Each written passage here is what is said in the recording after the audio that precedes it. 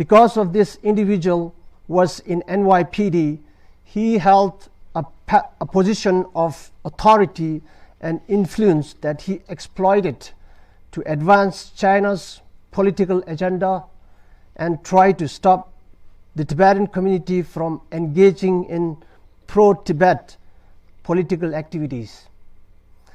Baima Daji Angwang is not a member of the Tibetan community of New York and New Jersey. He was virtually unknown to our community until 2018.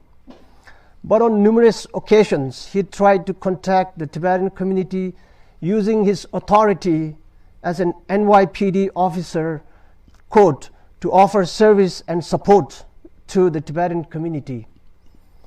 On January 5th, 2019, he requested a meeting to introduce himself as a Tibetan to the Tibetan Community Board. At this meeting, he told us that he would help us liaise with local police precincts and help invite them to our Tibetan New Year event. We wanted to have good relations with the local police and thought it was a good opportunity to reach out. Angwang attended the first Tibetan community public event on February 9th, 2019, when he, along with other local NYPD officers, came to the Tibetan Community Center for the Tibetan New Year celebration. As an immigrant community, we try to keep cordial relations with local law enforcement, and that is why we were pleased to have a large NYPD contingent with us at the New Year celebration. Along with the NYPD, the Tibetan Community Center independently invited Congresswoman Alexandria Ocasio-Cortez as the chief guest for the event, along with New York State senators, council members, local media, various cultural groups, including many non-Tibetans who have supported the Tibetan cause for a long time. It was an enormous gathering of couple of thousand Tibetans and friends.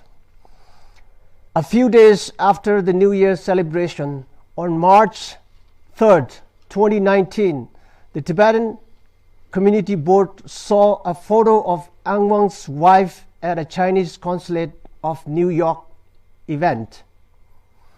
That picture, which indicated Angwang's affiliation with the Chinese consulate, made us feel very uncomfortable and somewhat suspicious.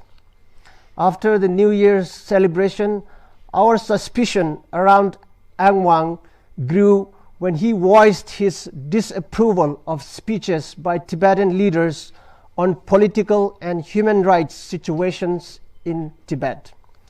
He further suggested that we refrain from raising the Tibetan national flag at the community center. What kind of Tibetan would ever tell us not to raise the Tibetan flag? Of course, we never heeded his unsolicited advice.